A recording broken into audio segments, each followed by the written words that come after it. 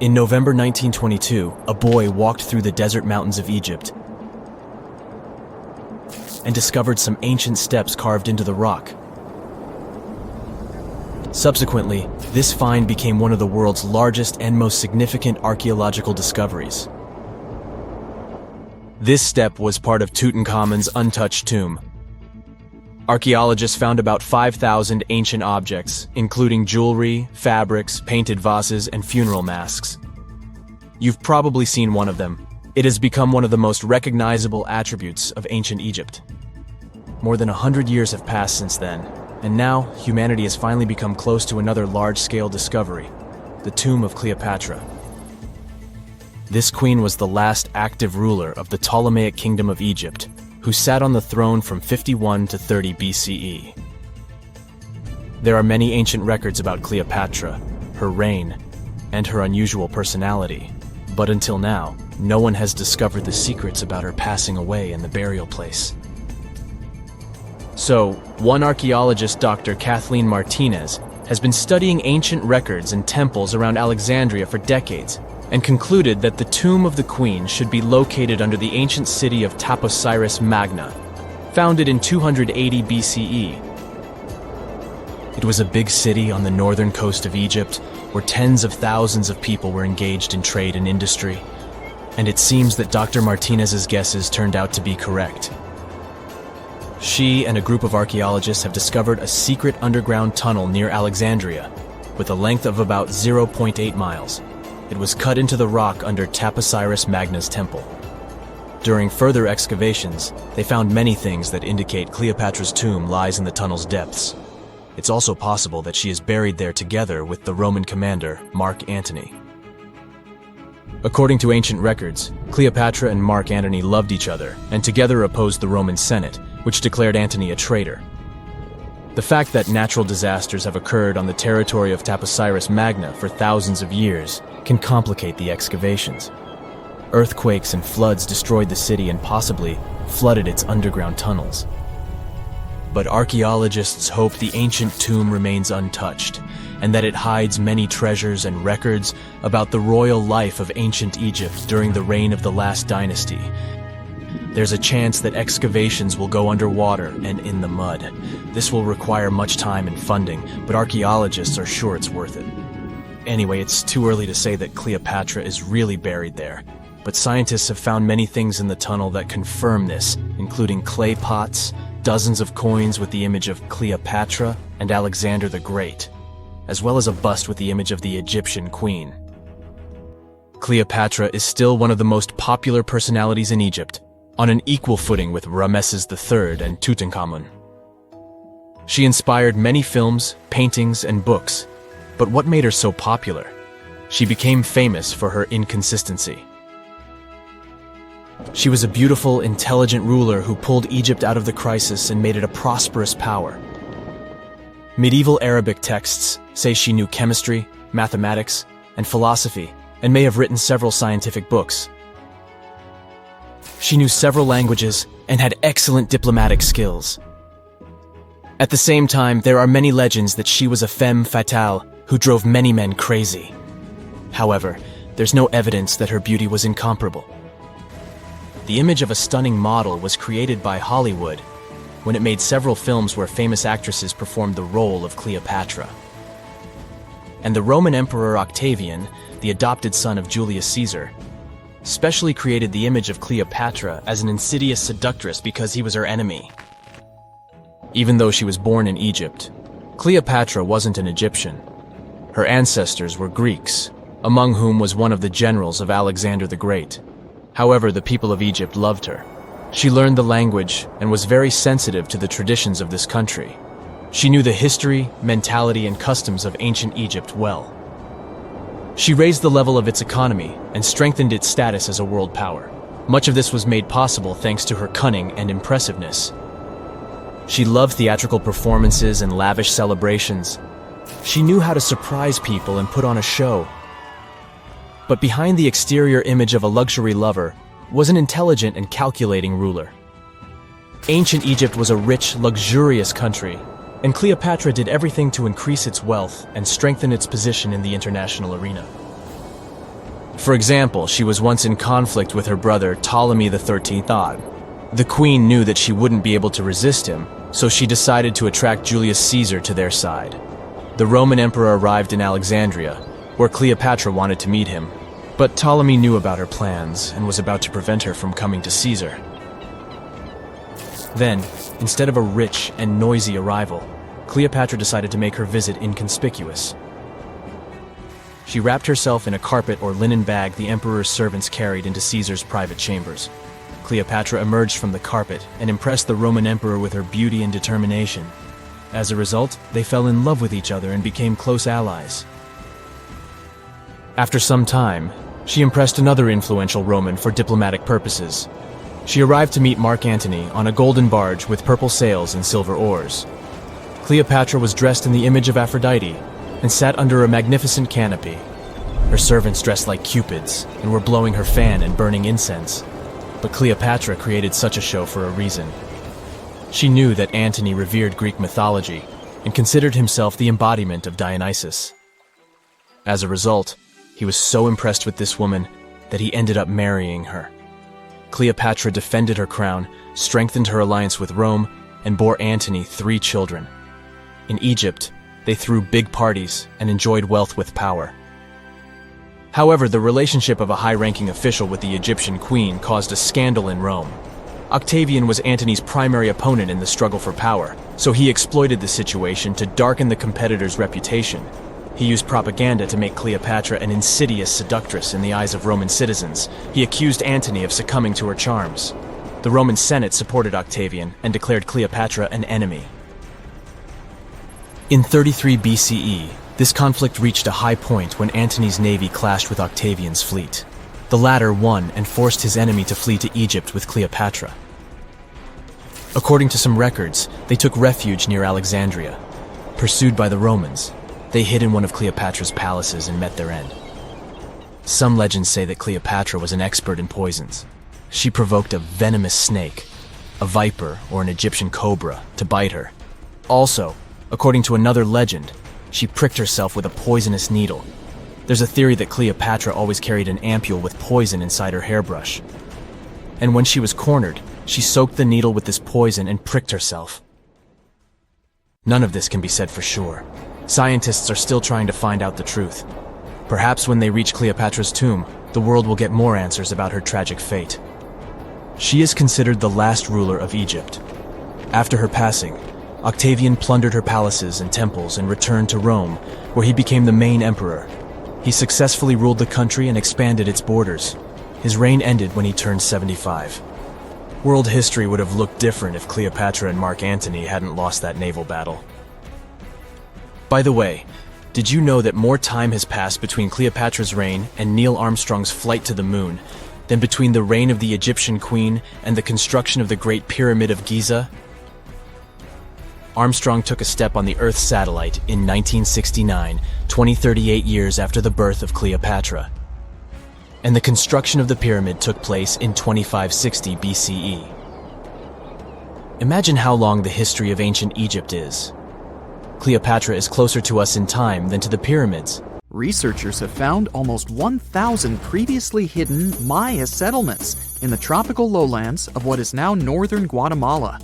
They did it with LiDAR, light detection and ranging lasers, which they used to scan areas from the air. The region we're talking about is pretty vast. All those structures and buildings they saw over there stretch across about 650 square miles. And these spots were supposedly occupied thousands of years ago. It seems all these structures were pretty densely packed, so people lived close to each other. They had at least 417 ancient villages, towns, and cities where they could identify boundaries. These structures and buildings were actually a part of a state that looked like a kingdom. Some of these settlements were built as sports courts, civic, ceremonial, and religious centers, and residential homes. There were also massive palaces, platforms, dams, pyramids, and causeways across that area. People who lived there also had reservoirs where they collected water. So, They needed the power to organize thousands of specialists and workers. And they also needed many skilled people to build such structures without the technologies we have today. They needed lime producers, architects, mortar and quarry specialists, lithic technicians, those who took care of legal enforcement, and other important roles to establish the true community. This cool laser scanning system researchers used while exploring this area can even penetrate very dense ecosystems and vegetation. The light bounces off different surfaces and then creates a digitally reconstructed map. This map is based on how much time it takes for the pulses to get back to a receiver. So, with this laser system, they discovered there were also lowlands for agriculture. So why exactly did the Maya settle in this region? It was a specific area. Plus, it was hard to build such an amazing kingdom in a tropical rainforest climate. Back in the old times, ancient peoples had mostly inhabited areas in drier climates. Over there, they would build water resources, which were some sort of the basis of society and a source of life. An example of this is Teotihuacan of Highland Mexico, although they did have a couple of navigable rivers they could use for transport and trade. But these rainforest areas had their advantages too. The Maya used natural resources like limestone, which was their primary building material, salt, and the volcanic rock obsidian, which they used for different tools. Also, they managed to find enough dry land to live and build homes there. The lowlands were seasonal swamps called bajos, and they were perfect for agriculture because of the fertile soil. Generally, the Maya built settlements that could endure rainy periods too. They were ready for different circumstances, including flood and drought, which is something you could see in how they built houses. Their architecture was also one piece of evidence that showed their community was like a centralized kingdom-like state, which shows they stuck together through tough times. The Mayan Empire was very powerful, and it reached its peak about the 6th century CE. They were excellent at pottery, agriculture, writing, mathematics, and calendars. They were the ones who created complex calendar systems, such as the calendar round, which is based on 365 days. Although some believed the Mayan calendar predicted December 21st, 2012 would be the end of the world, it was just a coincidence with the end of a certain full cycle. They would call it the long count calendar, and it lasts 5,125 years. The Mayan people left behind an impressive amount of astonishing architecture and symbolic artwork. Most of their stone cities ended up abandoned by 900 CE. No one still knows why the Mayan civilization in that area collapsed, although there are some theories. Some think that by the 9th century, these people had exhausted the resources around them to the point that they could no longer feed and sustain such a big population. Others believe some city-states didn't get along that well, so they broke down the traditional system of power they used to have. Some say it was all because of a very long period of drought. It could be a combination of all these factors, though. But one Mayan city, located on an island, even survived until the 17th century. It was long after the rest of the Mayan civilizations had been destroyed or abandoned.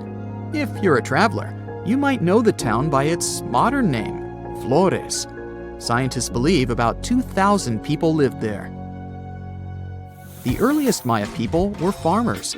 They cultivated crops like beans, squash, corn, and cassava. As they had many interesting ingredients, they created hundreds of cool recipes.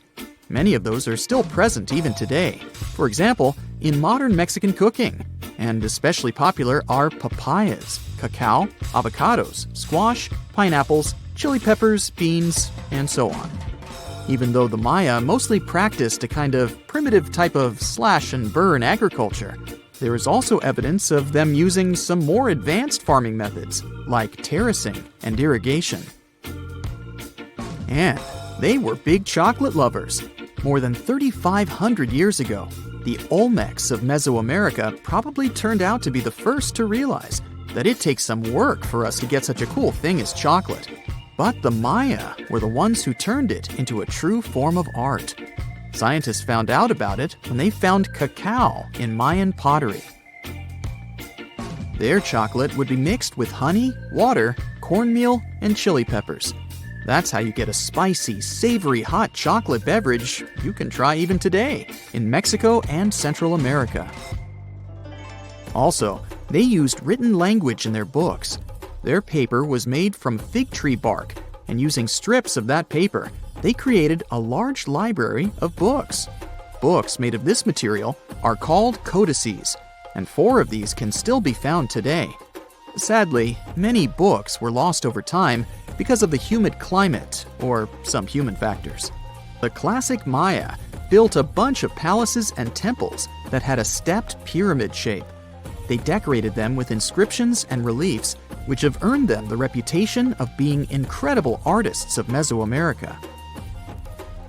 For the Mayans, flat foreheads were the most desirable thing on someone's face. They were generally really into aesthetics, and having a flat forehead was one of the main things where you could meet their highest aesthetic standard. They also liked to glam up their looks with makeup and clothing. Also, the Mayans were master tattoo artists. Actually, they were one of the first civilizations that started doing such forms of body art. They had a rich culture and believed in many things, such as fairies. Many civilizations across the globe believed in these mythical creatures, which had different names everywhere. The Mayans called those creatures aluxes. They would make sculptures of aluxes from wood or clay, take them to the forest, and hide in some secret spots. The Maya believed these sculptures would come to life during the night and take the role of guardians of their land, animals, and crops. The Maya believed caves were entrances that led to the underworld. You can even visit some of these caves if you like. For example, you can explore the jungles of Quintana Roo and Yucatan near Cancun. There are many spots where researchers found artifacts the Mayans had left behind. They were one of the first cultures that learned how to use rubber latex and make, for example, rubber balls for the many interesting games they had. They used natural latex and then probably mixed it with some other natural substances. That's how they came up with the bouncy balls they played with. They also built cool steam baths. The Maya had structures made from stone that looked like something we know today as bathtubs. Plus, they were building heated stone structures we know as sweat houses. Researchers found these in El Salvador and Guatemala, and they were previously hidden under volcanic ash. A comfortable abode with a gorgeous view of the Mediterranean Sea will serve as a perfect rain shelter. Well, this is what a real estate advertisement might have looked like for Neanderthals 100,000 years ago. Welcome to the weird and wonderful caves you could live in, or not. Of course, back then, neither real estate and advertising had been invented yet. Never mind the fact that Neanderthals couldn't build houses and often lived in caves. Yet, one of those caves looks an awful lot like a residential building. It's situated inside a high limestone cape called the Rock of Gibraltar. If the Neanderthals had had an economy, the caves inside this rock would have cost a bundle. Navigators discovered it in 1907. They just spotted a big hole inside the fortified rock. For many years, scientists have studied this place and found some traces of Neanderthals. They discovered ancient tools in the cave and bones of old animals. But the coolest thing was, they found 4 caves inside the rock. It was like a residential complex. Neanderthals lived alongside neighbors and helped each other hunt and fish. They created feather decorations and painted abstract drawings on the walls. Imagine our ancient predecessors hanging out in these caves 100,000 years ago. And now, scientists hang out there and study the primeval past of Neanderthals in detail. At the end of 2021, archaeologists uncovered a gap inside one of the caves leading to an unknown tunnel. They crawled through this hole and opened a new space under the cave roof.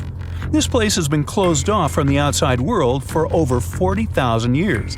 And it seems it was one of the most prestigious apartments in the entire mountain complex. It has high ceilings with ancient stalactites. The ruined stone curtains divided the apartment into several rooms. Scientists also found the remains of ancient animals and scratches on the walls. It seems that Neanderthals had never lived here, but they used to visit this place. Archaeologists found the shell of a sea snail called dog whelk. One of the Neanderthals brought it here for some reason, but the primary owners of this place were hyenas. These caves show that Neanderthals were closer to humans than to monkeys. They had a way of life and even some customs. There's still a lot of work ahead, and scientists hope to find new rooms inside this rock. Meanwhile, in 2003, archaeologists discovered another early dwelling on the Isle of Flores in Indonesia. Among the green jungle, they found a cave with ancient tools. At first, everyone thought the human ancestors lived here, but then scientists discovered an unusual skeleton of an adult. A thorough analysis showed the skeleton belonged to a 30-year-old woman, 3.5 feet tall, just above the waist of an average adult. The woman's weight was equal to the weight of an adult shepherd. The skeleton didn't belong to Neanderthals or Australopithecines. It was a new unknown species, which scientists called Homo floresiensis, or simply the Hobbit. Also, there were remains of unusual ancient animals in the cave. It was an elephant the size of a cow, some large storks, and giant rats. Archaeologists have found out that hobbits were not the owners of this place. The main inhabitants were the rats the size of a cat. Maybe they were fighting the hobbits. Some analysis shows that Homo floresiensis wasn't our direct ancestor. They were in a separate branch of evolution. The hobbit skeleton looks more like that of a monkey than of modern humans. In 2009, in the dense jungle of Vietnam, archaeologists discovered Son Don, the largest cave in the world. If you go inside the cave and shout, you'll hear your echo a long time. In some places, the height of this cave reaches half the height of the Empire State Building, and the total area is larger than one central block of New York. Son Don is one of the 3 caves in the Vietnamese jungle. Many intricate mazes connect these caves. Inside, you can find unique plants and trees that live separately from the outside world. It's a real underground jungle. In some places, you can find collapsed ceilings that let the sunlight in. Besides unusual trees and plants, ancient stalactites hang there. Some limestone deposits are more than 450 million years old. They were here even before dinosaurs appeared. There are also many rivers in the cave. Rainwater coming down from holes in the ceiling has formed them. Fast streams resemble slides in a water park. They lead to unknown underground labyrinths. Scientists have studied only a small part of all these caves. The next unusual cave is in New Zealand. Hundreds of thousands of fireflies live inside. Each of them glows with a blue light. Together, they light up the cave. It may seem to you that you're on another planet, but you can't stay there for a long time. Special air measuring devices are everywhere. Scientists monitor the level of carbon dioxide necessary for the normal existence of fireflies. These insects are sensitive to the environment. If there are many people in the cave, or they stay there too long, the park staff will ask them to leave the place. It's like you're literally stealing oxygen from the fireflies. We've seen some pretty amazing caves so far, but how about a scary one? We're going to the desert of Yemen's Al Mara province. What we're looking for is not a cave, it's just a black hole in the ground, right in the middle of the desert. It's big, the size of a basketball court. It's not its size that could scare you, but what's inside. Scientists are still not sure what it is. From the depths of this black abyss, a disgusting smell of rotten eggs constantly comes out, and sometimes you can hear some strange, frightening sounds. The blackness of the giant hole in Yemen absorbs all the sun's rays, so you won't see what's there even with a powerful flashlight. People flew over this place by helicopter. They filmed using drones and the most powerful lenses, but they didn't catch anything except darkness. It looks like a big ink spot in the middle of golden sand. The locals are afraid to approach this place. They believe the cave leads to another dimension where evil creatures live. At the moment, the giant hole in Yemen is one of the most poorly studied and mysterious phenomenon of nature. How did it appear? How old is it? Where does it lead? Scientists are trying to find the answers to these questions. There are theories that the hole appeared because of construction work. Geologists drilled the soil nearby in search of minerals. It could have caused fluctuations in the Earth's crust and collapsed the surface. But no one can prove this theory, yet. And now, imagine a place where sunlight has not penetrated for more than 5 million years. There's little oxygen, and it's cold and damp. Still, life is born in this place, not only microbes and bacteria, but also something bigger. The living conditions in this cave are very different from the usual ones, so, in a sense, this cave is like another planet. It's the Mville Cave in the southeast of Romania, near the Black Sea. The entrance is a small hole in the ground. Inside, a tunnel leads deep below the surface. The levels of hydrogen sulfide and carbon dioxide are above normal inside the cave. The air here is half as much oxygen as on the surface. People can't be here without an oxygen mask, but other creatures living here can. The cave is home to 48 species of living organisms. 33 of them are unknown. Here you can meet some unusual insects, white snails and white spiders, millipedes with huge whiskers, transparent shrimp, and unique species of leeches. They all live here thanks to the little bacteria autotrophs. They absorb carbon dioxide and release food particles. Bacteria feed on it. Other larger organisms feed on these bacteria, and some bigger organisms eat those little ones. In the end, everyone gets food. In this cave, evolution has created a biological system separate from the rest of the world. You find yourself in Africa, land of unique wildlife, home to a great variety of cultures and languages, and, first and foremost, host to the world's largest hot desert, the Sahara. It's daytime, and you are thirsty for some water and shade. You've been walking for days, trying to find one of those precious-looking oases. You feel you're near, but the horizon just keeps stretching and stretching. Your mind is tired, and your body is feeling all the heat. It's like you've eaten a full plate of hot pepper and then some more, judging by how much you're sweating. And when I say hot, think 100 degrees Fahrenheit hot, on average. No wonder this is happening. After all, you find yourself in the world's biggest hot desert. Now I say hot desert since the biggest deserted landscapes are actually the cold ones, located in Antarctica and the Arctic. I see Antarctica's frozen desert is more or less the size of 1 million LAXs. Yep, the Los Angeles International Airport. The Arctic Desert is just a bit smaller than that. Now, in case you don't know, the Sahara Desert is located in northern Africa, stretching from the Atlantic Ocean all the way over to the Red Sea. It occupies an area large enough to place approximately 100,000 Disney World theme parks side by side. According to scientists, its boundaries are expanding. Deserts usually form in the subtropics because of what's called Hadley circulation. The air rises at the equator and descends into the subtropics. This circulation of air has a drying effect, which helps the formation of desert landscapes. Since the 1920s, the Sahara is considered to have expanded by over 10%. How is this happening? Well, let's start from the beginning. You probably know the Sahara Desert as one of the most inhospitable places on Earth today. Just FYI, for a place to be considered a desert, it has to receive less than 4 inches of rain per year. Due to the very small precipitation index, deserts are usually dry and arid places. There is little humidity in the air, and daytime temperatures can go as high as 130 degrees Fahrenheit. Usually, there isn't that much animal and plant life because of the lack of water. But in the Sahara's case, it wasn't always like that. It may be difficult to imagine northern Africa without the tons of sand it has today. But about 20,000 years ago, the Sahara was actually one big oasis. Recent discoveries show clear evidence of what the scientists now call the Green Sahara. In the mid-1800s, a German explorer crossing the Sahara encountered some paintings and engravings that nomad artists had left behind.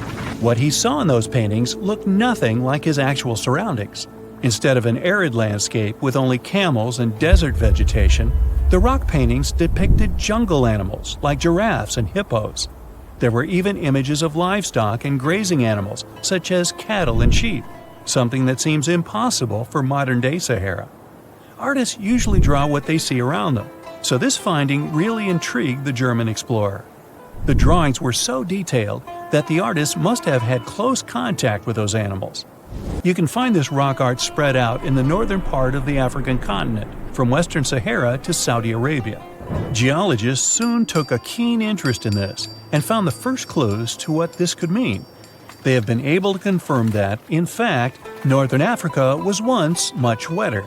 They found evidence from nearby deep-sea sediment off the coast of Mauritania. Sampled cores of underwater sand and mud, known as Saharan dust flux, show geologists that, indeed, a green Sahara was possible. The more dust is blowing off of the desert and into the bottom of the ocean, the drier the climate in the region. The sediment cores show that there was much less dust, only half as much, coming off northern Africa during the humid period. This period has to do with Earth's natural cycles. Normally, the Earth rotates at a tilt of 23.5 degrees, but this angle is not consistent and changes over time. Earth's tilt is responsible for the amount of sunlight each hemisphere receives. It affects several ecosystem functions on the planet. During the time of the Green Sahara, the Earth received between 4 and 8% more sunlight than it does today. So, when the Earth tilted about 20,000 years ago, the northern hemisphere received more direct sunlight, which affected humidity levels in the region.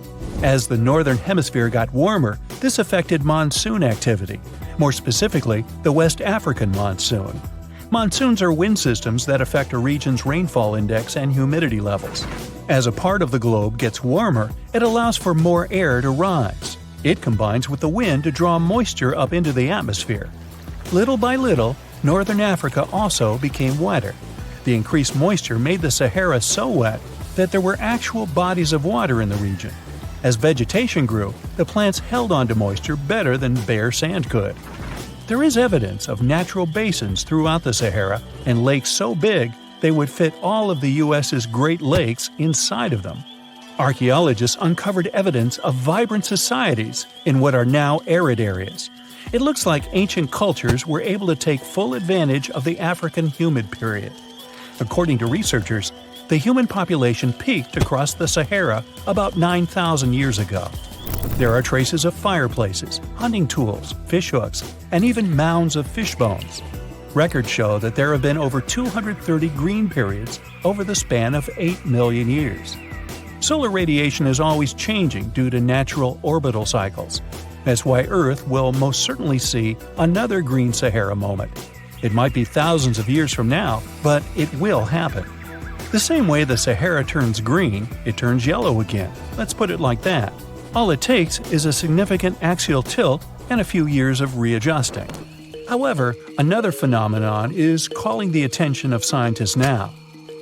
Recent studies by the National Science Foundation from the University of Maryland show the Sahara has expanded 10% over the past 90 years.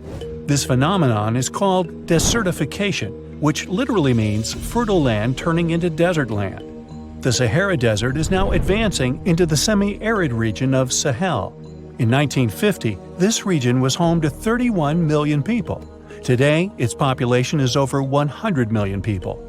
This rapid population growth has largely contributed to the Sahara's expansion. Farmers that were once nomads began settling down. Land usage grew more intense, aiding in weakening the soil. The demand for food has caused an overcropping of the land, so even more of it is turning into the desert now. The study also shows that natural climate cycles can affect rainfall in the Sahara and the Sahel. Scientists affirm that all deserts fluctuate, not only the Sahara. A desert's boundary may expand in the dry winter and contract during the wetter summer. South of the Sahara lies the Chad Basin. It is a natural body of water that now serves as an indicator of the Sahara's expansion. The Chad Basin is located in the region where the Sahara is advancing southward. An atmospheric and ocean expert from the University of Maryland explains that rainfall has reduced greatly in the entire region. Due to reduced rainfalls, there is less water across the entire basin, and even Chad Lake is drying out. Just like the Sahara, the Atacama Desert in Chile, deemed the world's driest, is also expanding. It is located north of the city of Santiago, and its southern border is expanding toward the Chilean capital. Because the climate is getting drier and drier here, the city of Santiago risks turning into an arid or semi-arid region itself. The once fertile valleys of local rivers that lived on agriculture and livestock for many generations are losing their revenues as Chilean land is turning into a desert. Since 2010, Santiago has received only a third of its annual rainfall. Outside of the city, farmers are digging holes in search of blue gold, or simply put, water. The situation here is very similar to that of Sahel. So tell me this, were you as surprised as I was to find out what has been happening in the Sahara region? Feel free to share in the comments below. Let me take you to a place that seems to be out of this world. Life inside this cave has been isolated from the outside world for about 5.5 million years. And it does show. See for yourself. Due to such a long isolation, the conditions inside the Mville Cave are like nowhere else on our planet. A unique ecosystem is flourishing there, even though there is a severe lack of sunlight inside the cave, and the air is toxic. The cave, located a few miles west of the Black Sea in Romania, was first discovered in 1986. Nowadays, you can only visit it if you have special permission. Plus, the central caverns are guarded naturally by narrow limestone tunnels and vertical shafts. So, if you're no stranger to claustrophobia, you'd probably better not enter this place. In the depth of the cave, the air has twice less oxygen than the air outside. Instead, it contains a lot of carbon dioxide and hydrogen sulfide, so not the freshest air you can breathe.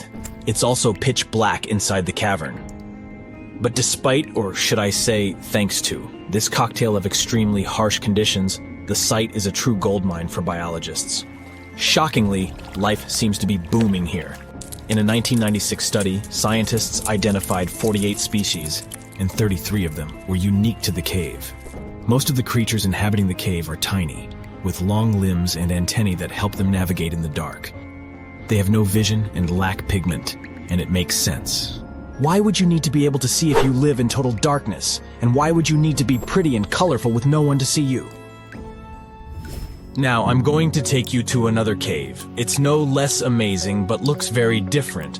This is the Giant Crystal Cave, aka the Cave of the Crystals, in Mexico. These ginormous crystals were found in 2000 by a mining company after the water was pumped out of the cave. Two miners then saw the crystals after entering the drying cave on foot. These awe-inspiring crystals are actually massive gypsum pillars hidden 984 feet underground. They're anchored to the walls and the floor of the scorching hot cave. Scientists estimate that the crystals could have been already growing for 500,000 years. That's why many of them are so long and wide that you can walk across them. Unfortunately, visiting this wonder of nature is impossible at the moment. But maybe it's for the better, since the Giant Crystal Cave is a dangerous place that can easily turn into a trap. For tens of thousands of years, it was filled with groundwater, which was originally pushed upward into the opening by a magma chamber located in the depths of our planet. The magma under the cave kept the water hot, but eventually the temperature of the water dipped below 136 degrees Fahrenheit. As a result, the water started to fill with calcium and sulfate, whose particles began to recombine into gypsum. And then, white-tinted crystals took over the cave. And since they stayed underwater, they were able to keep growing. You don't have to fly to space to take a closer look at a black hole.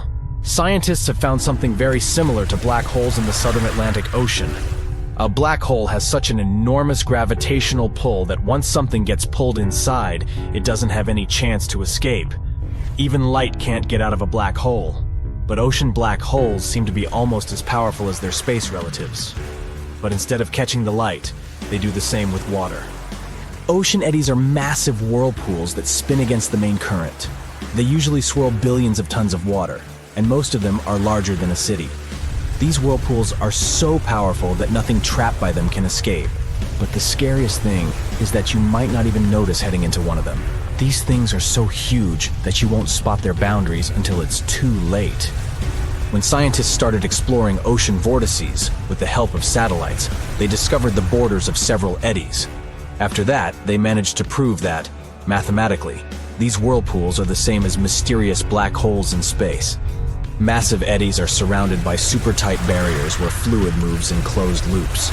Even water can't get out from the inside of these loops. That's why tight ocean vortices play the role of enormous containers. Water inside them can be totally different from the ocean surrounding an eddy. And I'm not only talking about its temperature.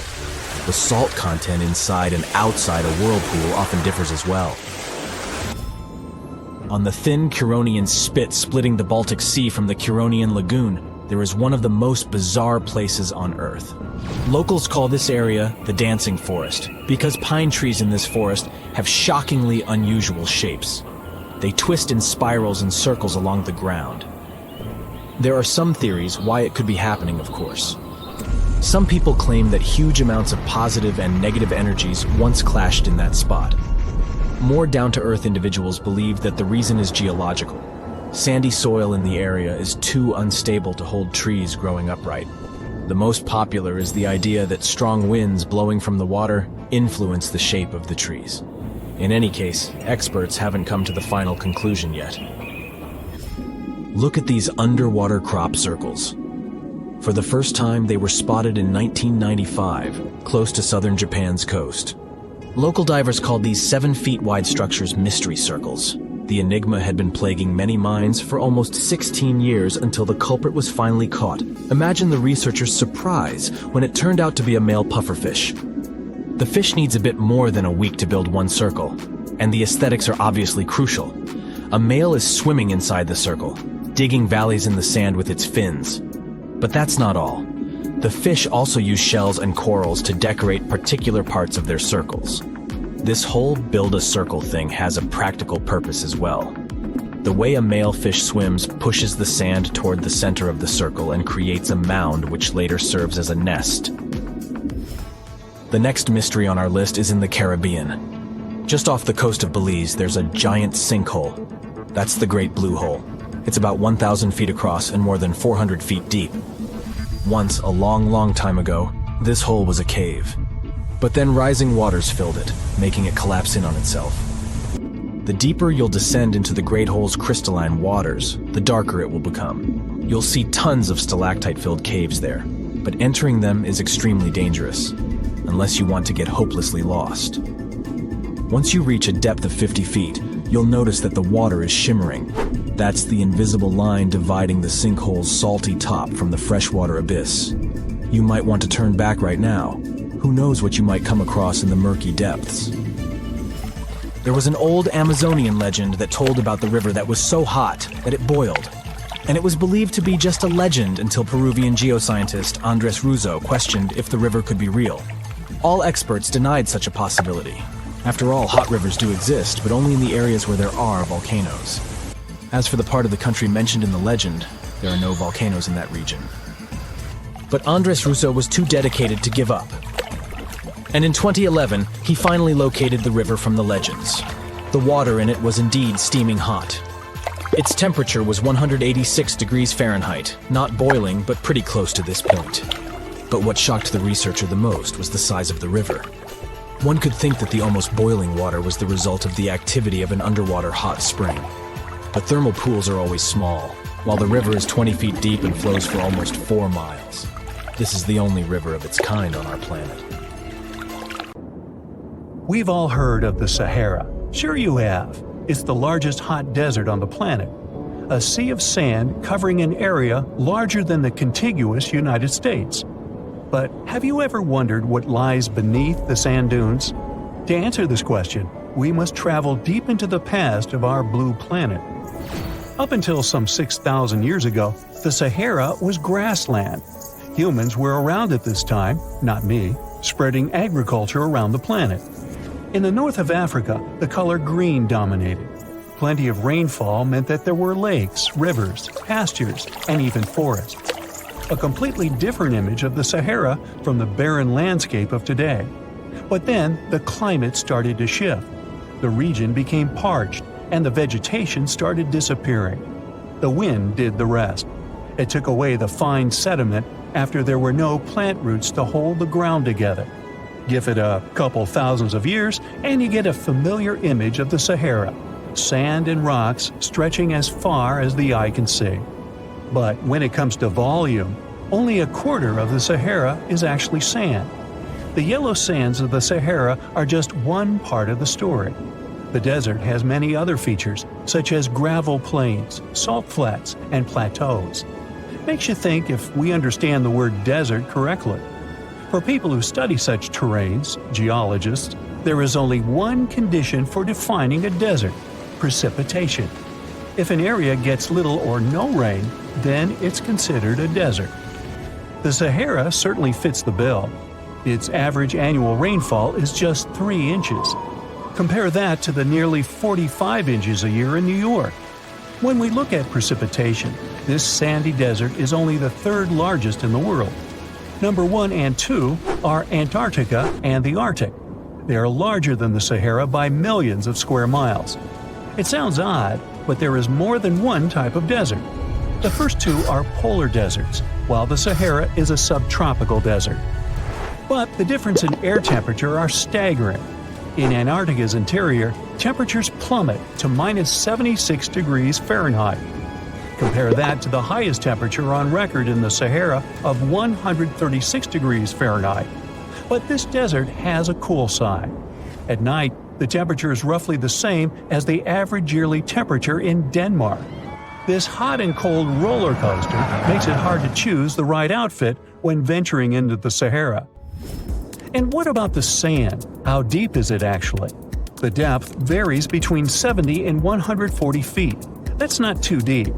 If you put the Statue of Liberty in a tall dune, half of it would still stick out of the sand. Its vast amounts in the Sahara were created by aeolian processes. That's Greek for wind. Over time, it blows and shapes the surface of the earth.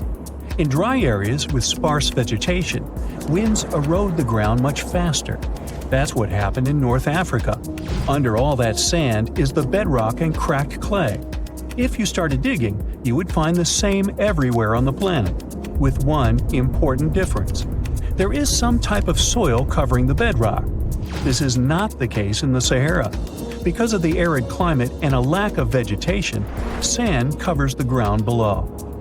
Over the course of thousands of years, a lot of interesting finds ended up in the desert sand. For example, there are petrified tree trunks. These are essentially preserved prehistoric trees.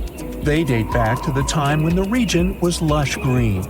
In some places, the trees of this fossilized forest are at least 65 feet tall. The wood is so well preserved that you can still see the texture and knots. There are even fossilized pine cones. In 1992, scientists found glass fragments in eastern Sahara. These canary yellow glass shards were scattered across hundreds of miles. They didn't belong to an ancient civilization, although ancient Egyptians used them to make jewelry. In fact, the breastplate of King Tut had a beautiful scarab beetle centerpiece made from this desert glass. For a long time, scientists were puzzled about the true origins of these fragments. They finally concluded that the glass was around 29 million years old. It is an impact tape. If that sounds like it has something to do with the word impact, you are correct. These rocks are formed when a meteorite hits the surface of the Earth. This generates a lot of heat.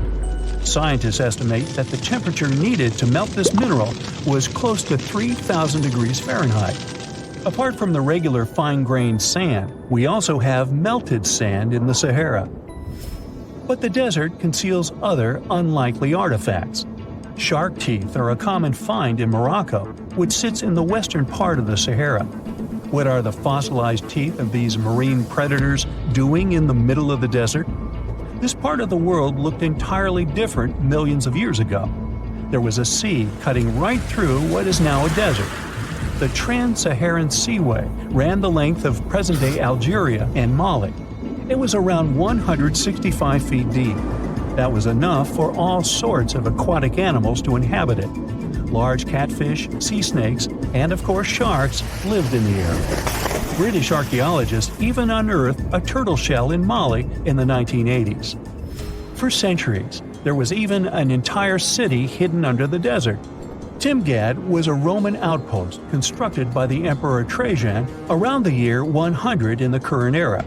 For various reasons, its residents abandoned it around the year 700. The sands of the Sahara soon engulfed the city. It had remained hidden for nearly 1,000 years. Then, in the 1700s, a Scottish explorer started digging out the city. His team first uncovered a sandstone triumphal arch 40 feet high, similar to the ones we can see in Rome and Paris today. An amphitheater soon popped out of the sand, and it was followed by well-preserved statues of Roman emperors. The Scotsman's find was so impressive that no one believed him at first. It took 2 more centuries for archaeologists to fully excavate the city during the 1950s. The site covers a surface as large as 10 polo fields. The ruins reveal the full mastery of Roman city planning. All the streets meet at a right angle in what is known as an orthogonal grid. You can find the same layout in modern cities such as New York. Historians estimate that during its heyday, 10,000 people called Timgad home. Different nationalities lived here, from Romans to people of African descent.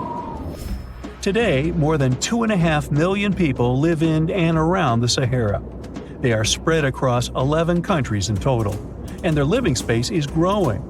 The desert is 10% larger than it was just a century ago.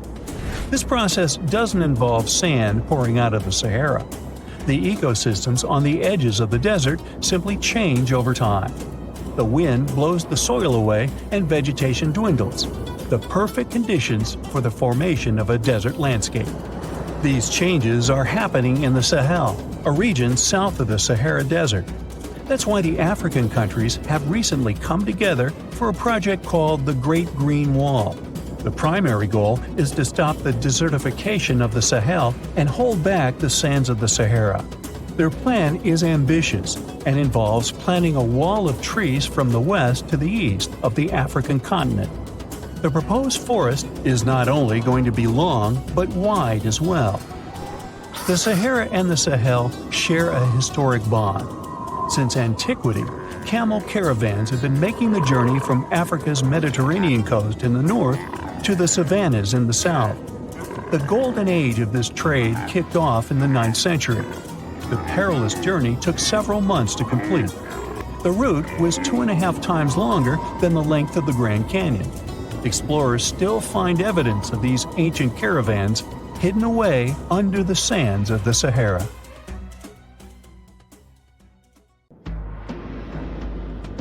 Endless hot deserts seem lifeless at first glance. But among these sands, you can meet dangerous and sometimes creepy creatures. Some of them can only cause health problems, but some can stay in your memory forever. Let's get to know them, starting with dangerous ones and finishing with real nightmares. So, you're walking through a desert and see a big teddy bear with open hands. You understand that it's probably a mirage, but still, you come closer. You were right. It's not a plush toy, but a giant cactus. There's something strange about it. Thanks to some strange fluff, the branches resemble the arms of a teddy bear. However, this is not fluff, but thousands of thin needles, and they are the reason you shouldn't come closer. The cactus is called the jumping Choya, or teddy bear Choya. It grows in the desert areas of Arizona and in the northern part of Mexico. Don't worry, this cactus won't attack you, but it will cling to your skin or clothes if you touch it. Such a fur coat protects the cactus from animals, creates shade, and saves it from heat. The lateral branches are the most important parts of the plant as they carry out photosynthesis and accumulate a large amount of moisture inside. So, despite all the danger, the cactus can be helpful for desert wanderers. And the danger here is needles. If you look closer at them, you will see they have the shape of hooks. One touch, and hundreds of thorns are already in your finger. It's pretty difficult to get rid of them, and the needles cause unpleasant, painful sensations. But the coolest thing about this cactus is the way it reproduces. The plant clones itself in a new place. When animals and people pass the jumping Choya and touch it, the cactus gives them a small piece of itself, along with the needles. As soon as you throw this piece to the ground, it takes root and starts growing. The degree of danger is rising. The next monster from the desert is running toward us, and that is an ostrich. Many think these animals are cowards hiding their heads in the sand. You will most likely change your mind if you're unlucky enough to meet one. Usually, ostriches are not aggressive, but you should run if you come closer to their nest. On the other hand, you won't be able to do that because ostriches move at a speed of 43 miles per hour. You need a car to get away from them. They run and hit their enemy with their chests. There have been cases when ostriches attacked vans and caused significant damage to them. But the main danger these birds present is their powerful legs with sharp claws. They can deliver strong blows with them and even beat a prone opponent. So yes, if you see an ostrich in the distance, go the other way. This small spotted lizard lives underground almost all the time in the arid deserts of the southwestern US and northwestern Mexico. Sometimes it goes outside to find lunch. It only seems cute, but in fact, it's a dangerous Gila monster.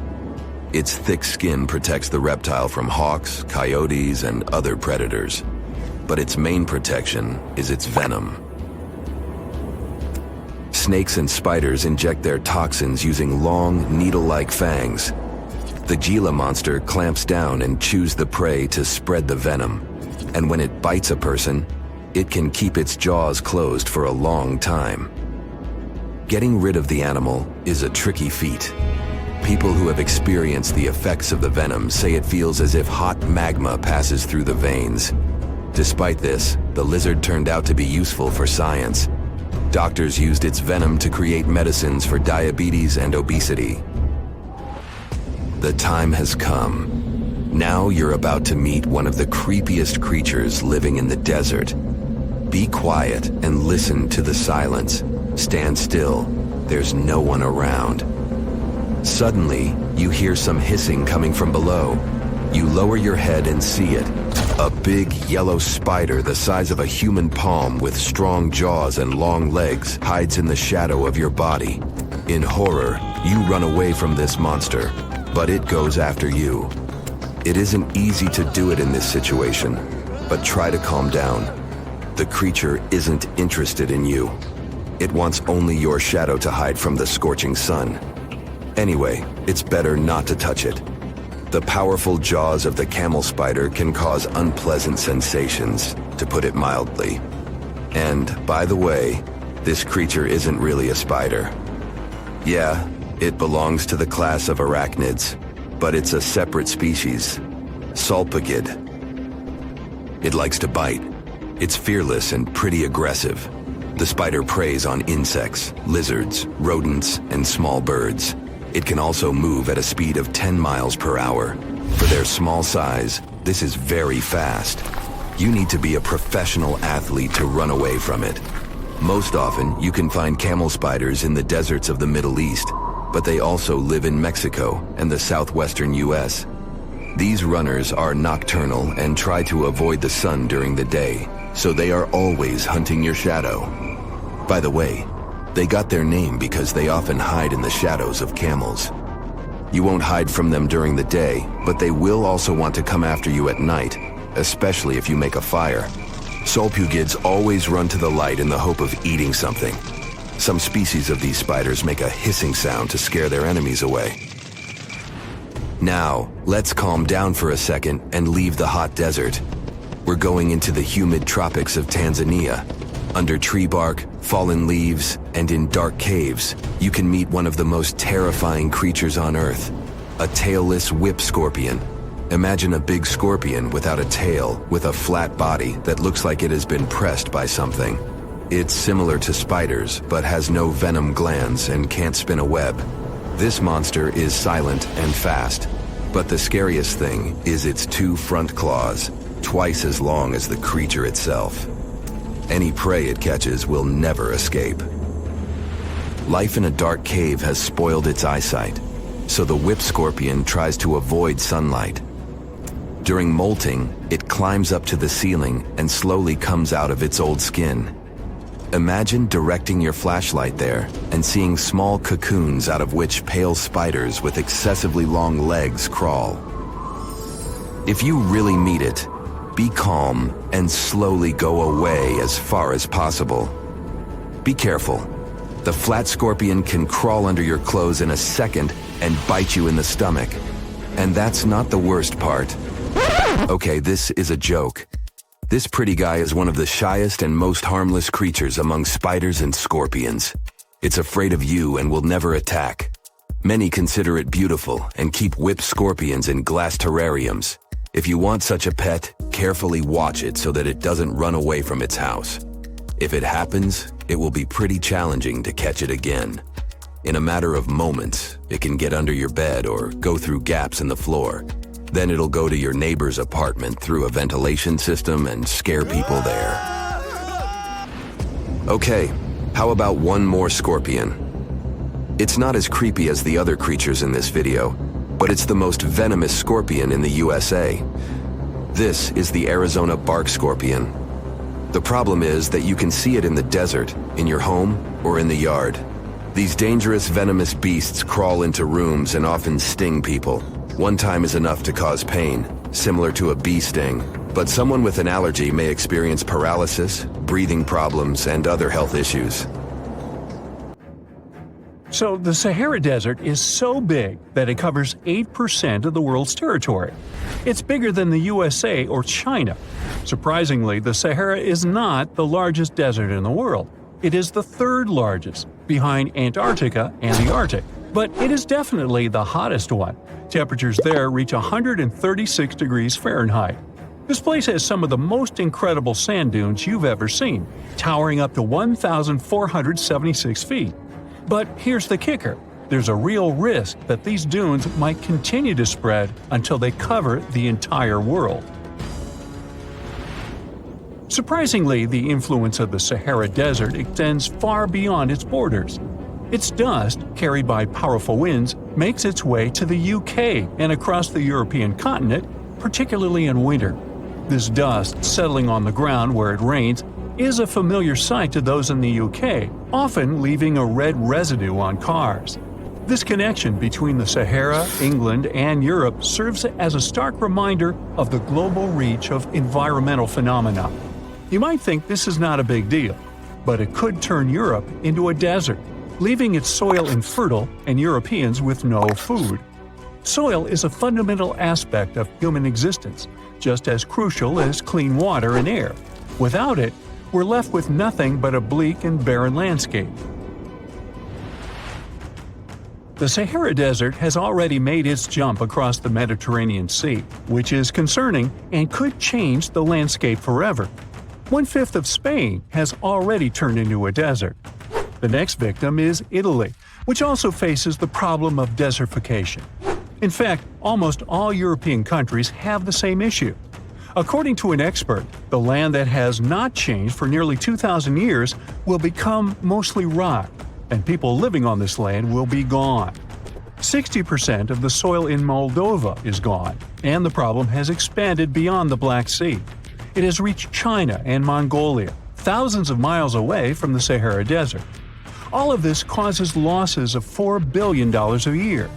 The threat is so significant that even the UN has gathered the necessary resources to solve the problem as soon as possible. Italy is sending help to Africa to stop the Sahara Desert from expanding. If this process does not stop in the next 10 years, millions will be forced to leave their homes. The Sahara Desert is growing for approximately 30 miles per decade. You do the math and see how long it will take to cover Europe. Since 1920, the Sahara has expanded by around 10%. But not all hope is lost because more than 172 countries have joined to put a stop to the desertification of the world. The World Food Program is a project that aims to help bring back green land that was once present in the Sahara. When they told people who called the Sahara home what they were about to do, the latter basically laughed in their faces and said it was impossible. But when you have a specific goal in mind, the impossible becomes possible. If we traveled back around 5,000 years into the past, we would see a beautiful forest with lush green trees and grass. Africa's climate has been changing for 21,000 years, from fantastic greenery to uninhabitable deserts. This has to do with Earth's rotation and the monsoons that bring water to this dry continent. But with the help of scientists and some clever tricks, we can bring the greenery back and stop the Sahara in its tracks. The Senegal River serves as a border between the Sahara Desert, Senegal City, and Mauritania. When you look at this area from space, you'll see how the desert is expanding to Senegal because the vegetation along the riverbank is almost non-existent. Forests can serve as a barrier, stopping the sand from getting blown away and the desert from expanding. An effort to create a great green wall is being made, and how they do it is actually quite impressive. Nothing has been growing in the currently restored area for more than 40 years, making locals find other places to call home. People were thrilled when they saw that the land could be restored. They're very committed and learn to work with the soil and grow food. At the same moment, more than 30,000 hectares have been restored and transformed into lush greenery. The Sahel region is the starting point of desertification, and it is crucial to establish a green wall in that area first. To make this wall is not rocket science, since it only takes a few simple steps. The ground there is baked by the sun and as hard as a block of concrete. If you've ever poured water on concrete, you know that it just flows away. It doesn't stay in one place. So they had to create water-retaining half-moons that would hold the water and make it available to plants. When you learn about how these half-moons work, you might say, how did they not think of that sooner? Actually, this technique is ancient, and it was once implemented in Sahel, but it was lost over time. When the rain falls, the water is collected into the half-moons that are positioned a bit lower than the ground below contour lines. There is also a kind of bank at the end of the shape that prevents water from overflowing. And in the middle, there are plants that are happy because they have plenty of water to thrive. Also, it's essential to grow native plants that are kind of used to harsh conditions, like sorghum and millet. These plants have been surviving there for thousands of years and produce a good amount of biomass, which means the land can be rehabilitated faster and people will have food sooner. The water that will enter the half-moons won't be lost. It will penetrate the ground and top off underground waters. This will ensure the ground that H2O will never run out and that future generations will have usable aqua. This brilliant planting technique is not limited to half-moons. People also create lines and plant various vegetables, such as tomatoes. Next, there are places only for trees, like lemons or oranges. After a long hot day, nothing is better than a freshly made cold lemonade. The trees will also protect the soil, and with some luck, there will be a new forest in the Sahara Desert. The goal is to copy the forest dynamic. Start with small plants and gradually expand to bigger plants that are more useful than the tiny ones. They are aiming to plant more than 10,000 trees. Right now, many people are leaving the Sahara after the rainy season, going to cities or leaving Africa altogether. At this time of year, villages are like ghost towns. Only animals can be found there. Most people are gone. I mean, who would blame them? Nobody wants to live in the sand where nothing grows. Luckily, with all this new, old technology being developed, many people are slowly but surely returning to their land and starting to work in agriculture. The best thing is that there are no brutal winters, so plants grow 12 months a year, and people can always have food. People are becoming more social because now everybody stays in their villages and doesn't travel much. If this project works out, Africa will be saved, and the world won't turn into a giant desert. So, imagine you're 15 and you get bored of playing video games. Instead, to pass the time, you decide to give some attention to an old hobby of yours, tracking down lost Mayan cities. You've heard that some ancient civilizations are said to have built entire cities based on constellations, so you decide to check out whether that was true for the Mayans. You find a book containing all the constellations the Mayan civilization believed to exist. You open good old Google Maps and map every ancient Mayan city discovered to date.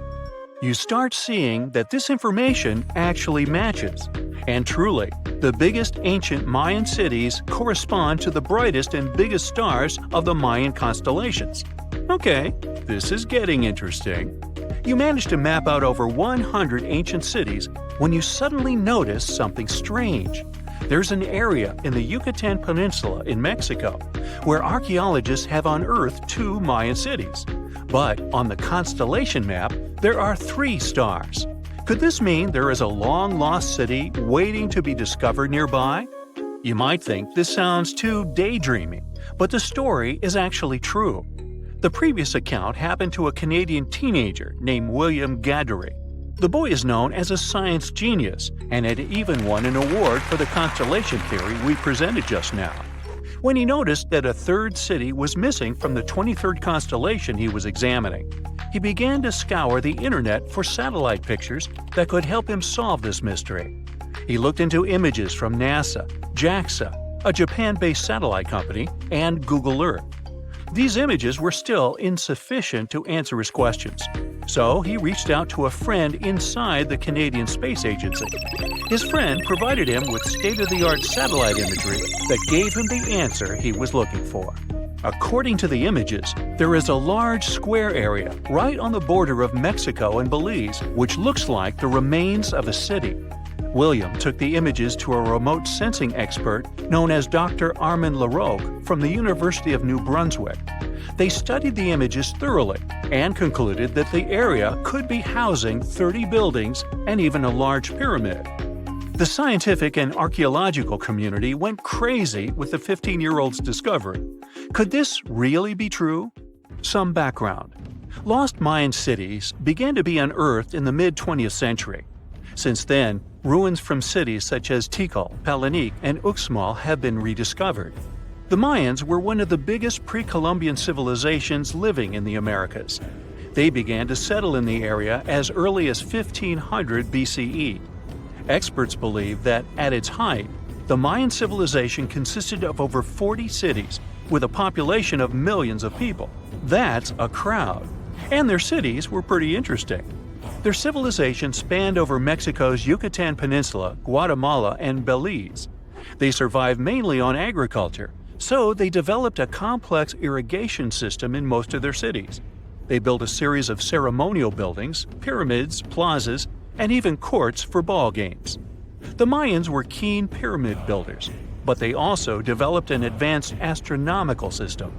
With whatever ancient technology they had, they were able to predict the exact location of planets, such as Venus and Mars, and they were able to predict the exact dates of eclipses. That's why the methodology William used to discover this long-lost Mayan city was unusual, but not completely surreal. The Mayans were keen astronomers, so it wouldn't be too strange that they built their major architectural feats in relation to the sky, would it? And they wouldn't be the first ones to be doing so.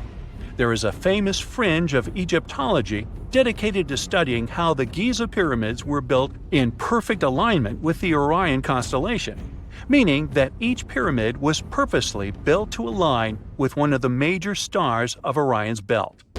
According to William, he first had the idea to look at the Mayan constellations because he couldn't understand why the Mayans built their cities where they built them. Most major cities, such as Chichen Itza and Uxmal, aren't near any rivers or significant bodies of water. Instead, they're built on marginal lands and on top of mountains, which confused the 15-year-old. His next thought was that it might have something to do with astronomy. William named the new city he discovered Mouth of Fire, which is also my nickname, and he even won a merit award for his hard work. However, his theory was very much contested inside the archaeological community, and many Mayan experts worked to debunk William's findings. Some archaeologists say that constellation theories are too unscientific. Anthony Aveni, a renowned anthropologist and astronomer, referred to William's methodology as an act of creative imagination. He explained that there is no way to be sure what the Mayan constellations really were. It's all just hypothetical. Another debunking of William's findings came from Mayanist David Stewart, who said that the object identified on the satellite imagery is nothing but an old cornfield. His claim was supported by an expedition that took place near the area in 2021, when the archaeologists present reported there was nothing at all in this area. Still, a 15-year-old boy almost found a long-lost Mayan city, which is pretty exciting if you ask me. Similar techniques as those used by William are actually being used to unearth lost civilizations all over the world. According to space archaeologist Sarah Parquet, satellite imagery has been a key player in discovering ancient cities in Egypt and other places. Sarah herself spends most of her days scouring images for any sign of where there could have been cities long ago. What happens, she says, is that any time you have something buried, it's going to be covered either by vegetation, soil or sand, or some other modern construction on top of it. In order to assess whether there is something hidden under large canopies of vegetation or not, she uses infrared technology, for instance. A major recent discovery in Brazil was done in a similar way. Satellite imagery detected a network of trenches dating back to 200 to 1200 CE. These suggest settlements that could have supported around 60,000 people. But in this case, the satellite imagery did indeed correspond to what was on the ground. Researchers from the University of Florida found several mounds that were accompanied by ditches and geoglyphs. Archaeologists also found remnants of carefully designed walls, centered around plazas, much like the type of construction done by the ancient Mayans. Advances in satellite tech have also shed new light on long-discovered ancient Mayan cities, such as Tikal. Located in the heart of the Guatemalan jungle, Tikal is believed to have been the capital of the ancient Mayan Empire. At its height, it was comparable in importance to cities such as London or New York in today's world. It was composed of a series of complex monuments, many of them believed to have been the resting places of kings and chiefs. Tikal is already known to have been big, but recent discoveries show it could have been even 3 times larger than what scientists originally believed. The main discovery revolves around a fortification on the outskirts of the city, indicating how far the original city stretched. And new discoveries still take place. In 2017, researchers also unearthed new clues regarding the potential causes of the decline of the Mayan civilization. Using data from a site in Sewell, located 62 miles southwest of Tikal, scientists analyzed radiocarbon data from ceramics and archaeological excavations to extract new information about the sudden demise of this great civilization. The information shows that, instead of a sudden collapse, the Mayans most likely collapsed in waves of social instability and political crises. These events are believed to have deteriorated Mayan city centers and began causing the dispersion of the Mayan population. Wow, it seems like it's a prime time to uncover ancient ruins. What do you say? Will you give it a try as well? Phew! This summer has been turning up the heat like never before. We feel like roasted marshmallows on a sizzling grill. Yes, the world is getting hotter, but some regions have always fought with high temperatures. It turns out people had some inventions to keep themselves cool in ancient times too. Some of them are still functioning, even 3,000 years later. Let's take a look at how people saved themselves from heat throughout history. So, put an ice cube into your cold drink and get ready to hear how people survived the heat. Speaking of ice cubes, do you know that the Persians made an ice storage system? In the deserts of ancient Persia, people had an out-of-the-box idea about how to prevent their food from turning into a melted mess. These ingenious Persians stumbled upon a physics trick that allowed them to create ice in the middle of the desert. They called these cool structures yakhchals, which basically means ice pits. These ice pits were not your ordinary coolers. They were like secret underground fridges. They looked like dome-shaped mud brick structures on the outside, but inside, it was a whole different world.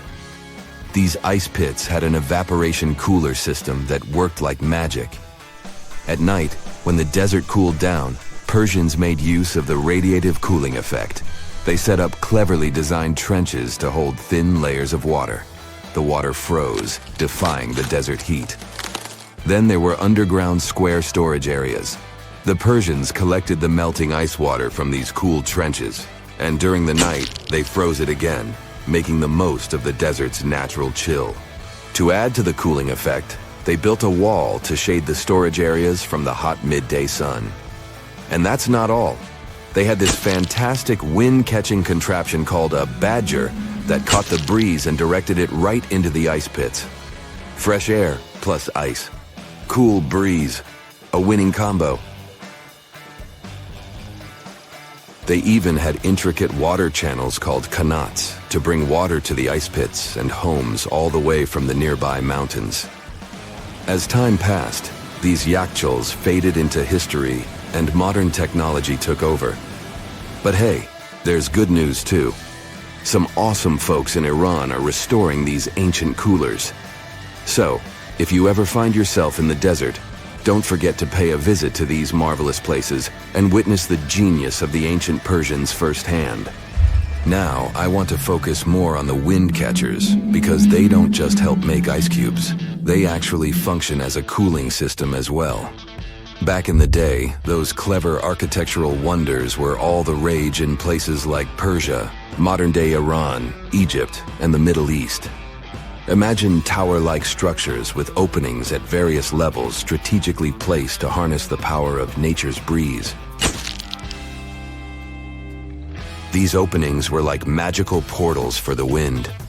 They captured those refreshing gusts and guided them right into people's living spaces.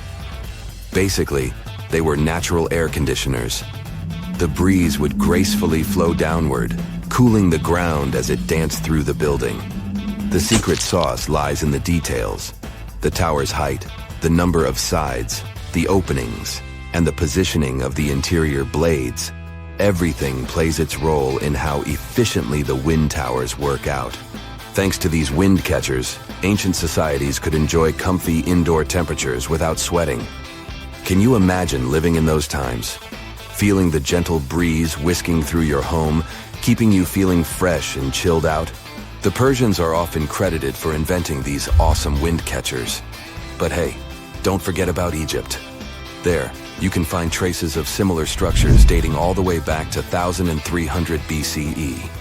Yes, the invention of wind catchers may have occurred in ancient Egypt, but Yazid in Iran is the city with the largest number of wind catchers.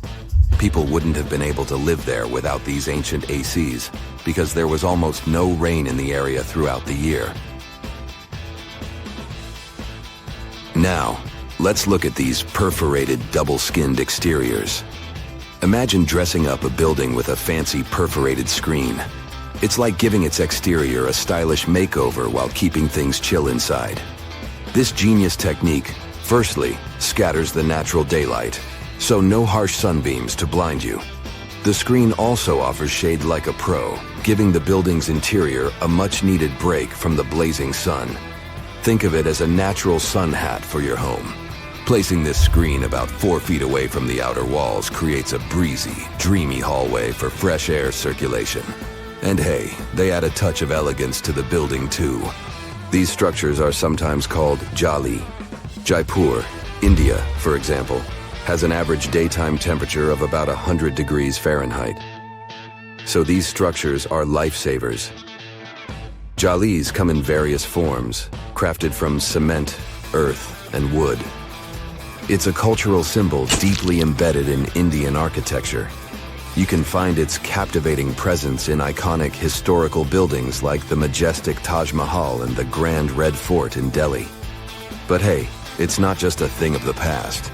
It's still rocking modern architecture scenes, and its charm has sparked creativity in artists and designers worldwide.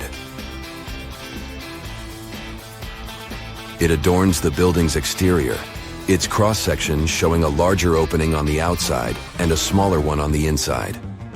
This is where the Venturi effect steps in to show off its physics prowess. As the air flows through the narrowing passage, it picks up speed, creating a difference in pressure between the inside and outside of the building. Air blowing at a higher speed gets compressed, and when released, it cools down. Mashrabia is a wooden lattice or screen used in the Middle East and North Africa. These decorative wonders are like window blinds, but they do more than just look pretty. They're smart too. They give privacy, shading you from the sun, and let fresh air and light in.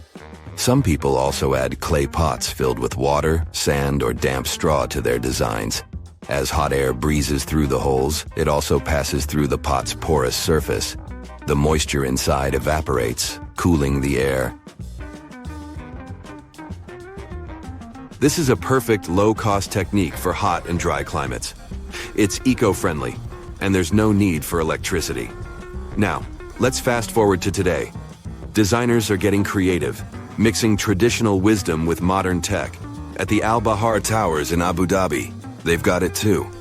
Picture over 2,000 hexagonal panels that dance with the sun's movement, providing shade to the building's interior. Water evaporation was another secret weapon for ancient people. Simple, yet super effective. Plus, ancient Egyptians hung wet mats and curtains in doorways. When the air passed through them, it cooled down, providing a relief from the scorching sun. Ancient architects were the masters of maximizing airflow. They knew how to cross-ventilate and let hot air escape while inviting cooler air to the party. Speaking of ancient Rome, bathhouses were the place to be back then. It was like a community hub. People gathered to chat about politics, play sports, and, of course, take a relaxing dip. The frigidarium was the cool spot in Roman baths. After a steamy soak in the caldarium, Romans dashed to this giant pool to chill out. Then in some places, like Cappadocia in Turkey, people went underground to hide from the heat. They carved cozy dwellings in volcanic rock, harnessing the Earth's natural cooling powers. So the lesson here is simple. Architects and designers can create wonders by combining local traditions with smart tech. California's Death Valley boasts the highest officially registered temperature to date, with 134 degrees Fahrenheit in 1913. Meanwhile, Africa's sweltering record stands at 131 degrees Fahrenheit in Kebili, Tunisia, as noted in 1931. In Europe, the highest temperature ever documented reached almost 120 degrees Fahrenheit in Sicily in August 2021. Then, in 2022, the UK had the hottest summer of all time.